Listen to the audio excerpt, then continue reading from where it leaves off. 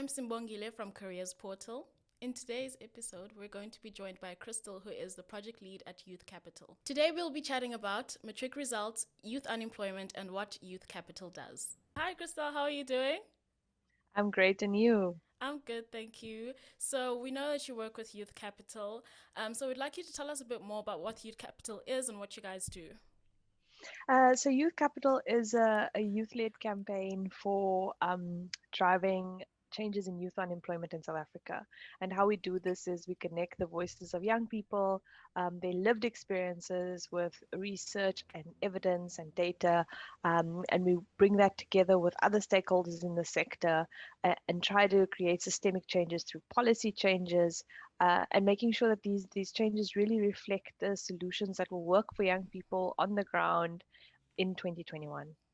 So, in the work that you do, what challenges have you seen matric learners facing today?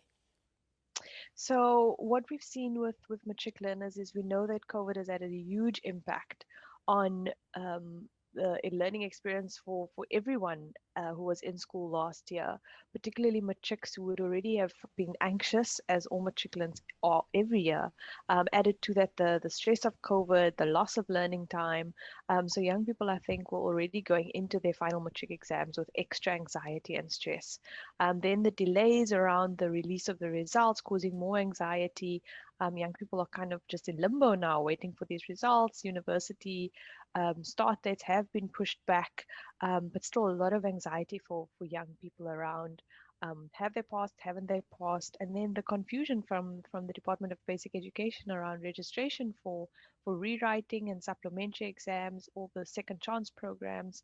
Um, Young people are already worried about the outcomes of these exams, and now adding to that stress, the lack of clarity on how to register and apply for these rewrite opportunities. So then, how does Youth Capital step into the picture to help matric learners transition into the workforce? So Youth Capital believes that we, as a society in South Africa, we have to lead, drive an action plan, and you can find that on our website. We have 10 points which we think we need to focus on. Um, and what we're doing, particularly around this issue with matriculants stepping into the workforce, is trying to direct them to resources that they could find helpful. So we had an op-ed that came out last week. It was in News 24, and we'll be coming out with some more information, partnering with other organizations who work very directly with learners to do the rewrite opportunities. So we're just asking young people to follow us on social media. We'll be posting links to resources, tutoring services, information from the Department of Basic Education on how to apply, where you can find information. There are some resources on the Department of Basic Education's website, and they are zero rated. So we'll be continuing to find this information because it's not easy for young people, and posting it on social media and directing them to kind of smooth their path from finishing school into the world of work. So we know that matric results are coming up pretty soon, and some people might be very anxious. Do you have any advice for learners who maybe aren't considering tertiary education or maybe who don't have tertiary education as an option?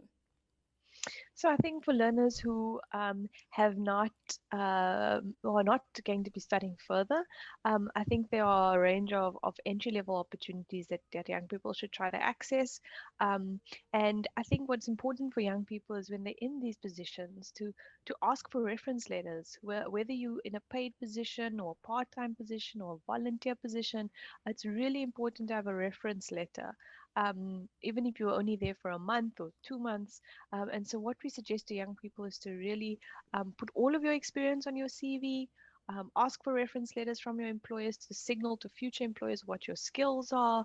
Um, and I think to make use of online portals, there's a big drive from the presidency pushing the sayouth.mobi site. So we're encouraging young people to register on that site. It's a new site, so we're not sure how it's going to run, but we're interested to hear from young people who use that site. And it's supposed to be a site which provides learning and earning opportunities for young people. So we encourage you to check that out. It's free and it's zero rated from your cell phone. Thank you so much for that advice. I know that there are some young people who are trying to better their marks, and I remember you spoke about the Second Chance program, and you had a campaign, hashtag shift the date. Can you speak more about that and give more clarity about what happened eventually? Yeah, so that was quite an experience for us at Youth Capital. We went online and we found out from NGOs who work with second chance matriculants that the date was set as the 28th of February, and the matric results come out on the 23rd of Feb. So we were shocked that learners were only being given 5 days to register, whereas previously they'd had a minimum of about 6 to 8 weeks. We reached out to the department, and a senior official told us that the date was the 28th and it wasn't able to be shifted, but young people should try to register in the meantime if they think they've failed. And we thought that this was still unacceptable and we should shift the date. And we put out this petition, and then we were told by some young people in our network they'd been given a different date of the 12th of March, according to some handout that they'd received. And so we did a lot of digging. We phoned, I think, something like 32 district offices. We spoke to NGOs who work with second chance matriculants. We reached out to the Department of Basic Education. We called the helpline. We WhatsApped on their WhatsApp line. And after about 4 or 5 days of the team doing a lot of digging, the clarity was given that actually the date is the 12th of March, but young people are told to register in person if they want to rewrite their national senior certificate or improve their marks. So they have to go to a district office and do that. And the online system is not working for those rewrites. We know that information and communication between the department and young people is often not clear. So we continue to encourage young people to please DM us on our socials, and tell us what the experience has been like. If you go to our website, youthcapital.co.za, there's also a little WhatsApp banner. So, really get in touch with us if you've tried it and it hasn't worked, or you've had issues, or you've been given confusing information, which we've heard. We'd love to hear your stories. We'd love to understand this process. We want to make it as easy as possible for young people. And in order to do that, we need to understand what the challenges are. So we need young people to share their stories with us. And how important is it for young people to collaborate with each other, especially in instances where maybe they feel failed by the government? So young people have a huge amount of power. I think if you look at the age group of 15 to 34, there's about 22 million young South Africans in this country. Young people, we know they are hardworking. This idea that young people are lazy and that's why they don't have jobs is complete nonsense. Young people are hustling. They're doing piece jobs. They're trying to maybe look after younger siblings or their own children. They're trying to finish school.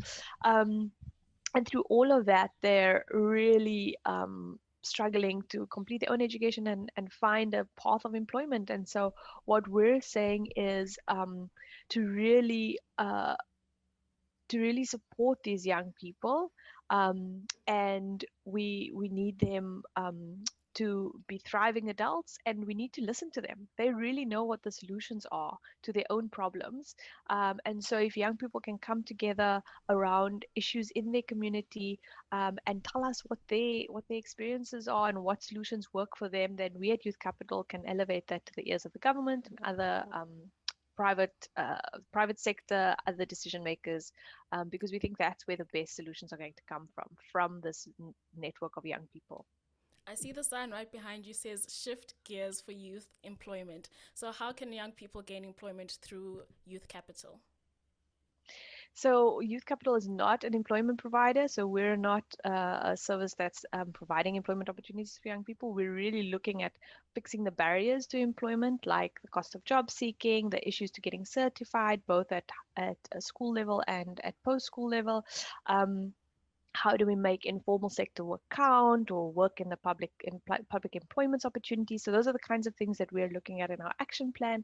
But what we do is we collaborate with other organizations who do help young people to navigate this time from school into work and to put them in touch with resources. So as I mentioned, the sayouth.mobi site is gonna it's already started to be used for the teachers' assistants that have recently been recruited by the government. So we're asking young people to keep an eye out for that. We have another awesome partner called JobStarter, and they're going to be launching a great platform for young people in May this year. where young people can have a sort of virtual career coach opportunity. Um, and there's numerous other organizations out there that are doing that work, like Harambe is a well-known one. And so these are organizations that are working to get young people into employment. At Youth Capital, we're really trying to look at the broader systemic issues that prevent young people from accessing these employment opportunities. And we're asking young people to join us in this long term campaign because we know it's going to take a while to fix this problem, but we have to start somewhere. Your opportunities are for young people. So, which people fall within that age range? So we talk about the broad definition of youth, and that's the 15 to 34 age group. And so, that's from school in the school going youth all the way through to young adults. And we know because of the situation with employment in South Africa, there are many young people who are in their early 30s and have never had a job. And so we feel it's important to look at this broad range of young people when we speak about youth unemployment in South Africa. Many young people have a great future ahead of them. Do you have any tips to help young people be optimistic about South Africa's future? I think that a lot of young people are very optimistic, actually. Um, we listen to young people who, despite overcoming extreme adversity because of their own personal circumstances and the under-resourced settings in which they live, have managed to stay positive. I often find it very inspiring.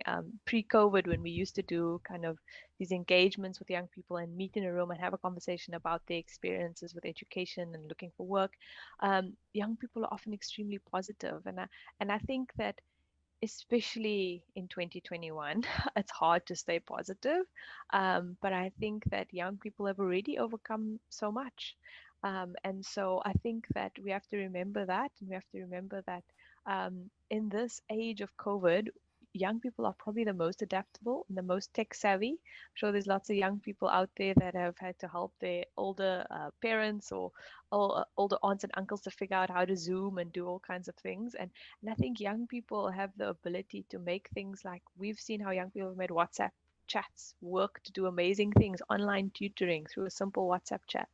Um, using Instagram lives to get support for your advocacy goals. We've seen young people really adapt and shift quite quickly during COVID, despite the circumstances in which they find themselves. So I think young people must not forget that they are resilient and they are innovative and they are creative, and they already know the solutions to all the problems. They just need to be heard, and we're hoping at Youth Capital to make that a reality. So, how can young people get hold of you to make use of the services that you offer? So follow us on social media. Our website is youthcapital.co.za. We're on Facebook, Instagram, and Twitter, Youth Capital SA. And as I said, on the website, you'll find our WhatsApp line.